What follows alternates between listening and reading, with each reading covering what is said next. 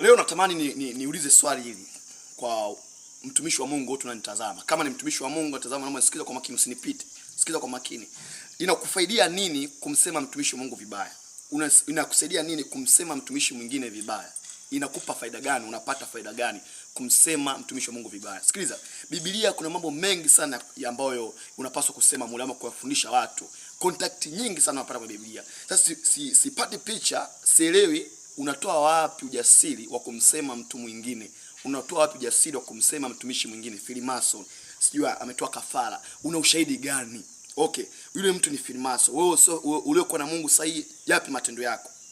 Iko wapi unajidhihirisha kwako? Tuache mambo ambayo ya uchonganishi na kusema vitu ambavyo vina ushahidi. Mtumishi fulani Freemason, una ushahidi gani? Ulimuona wapi? Yule ni Freemason, anatumia nguvu za kiza. Wewe unaitumia nguvu za Mungu, tuonyeshe walisia. Sikiliza, Mungu anathibitishwa kwa vitendo, athibitishwe kwa maneno. Elia alipotaka kumthibitisha Mungu, alithibitisha kwa vitendo, akasema vile Mungu atakayeshuka kwa moto ndiye atakayeabudia.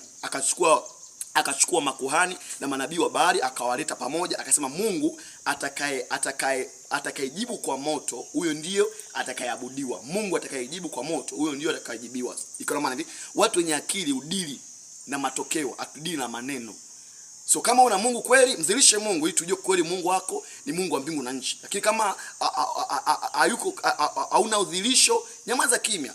Kwa hiyo hatutaki maneno, usione msema mtu vibaya, unasema mtu vibaya eti mtumishi atumia nguvu za kiza Freemason. Ona anakula chakula chake, anagalaba chakula cha Freemason, analisha watu ili watu waabudu. Hapana, wewe kama una Mungu wa kweli, dhilisha na tuone. Acha maneno ya kijinga. Kama una vitu vya kuhubiri, bora nyamaza. Una vitu vya kuhubiri, kaa na mke wako ndani, utulie. Acha kusema watumishi wa Mungu vibaya.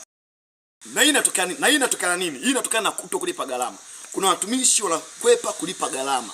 Wanapokwepa kulipa gharama, wanashindwa kuna baadhi ya vitu kuvifikia. Kwa hiyo unakwepa kushinda gharama, unakuwa mzungumzaji. Kama sio muombaji, lazima uwe msemaji. Kama sio muombaji, lazima msemaji. Kwa hiyo mimi mtumishi wa Mungu nakushauri wewe mtumishi wa Mungu. Tena mchangani mtu mzima, lakini madhaboni pako ni maneno tu, ni mdomo, ni umbea unaopiga madhaboni. Ni bado ubiri unapiga umbea. Mtumishi fulani Freemason, mtumishi fulani kafanya hivi, mtumishi fulani kafanya hivi. Find your business. Fanya majukumu yako. Fanya majukumu, acha na majukumu ya sokoso. Fanya majukumu yako. Kama una Mungu wa kweli mzilishe. Kama una Mungu wa kweli mzilishe. Acha maneno. Atuangalie maneno. Watu wenye akili tuangalie vitendo. Tunaangalie mazilisho.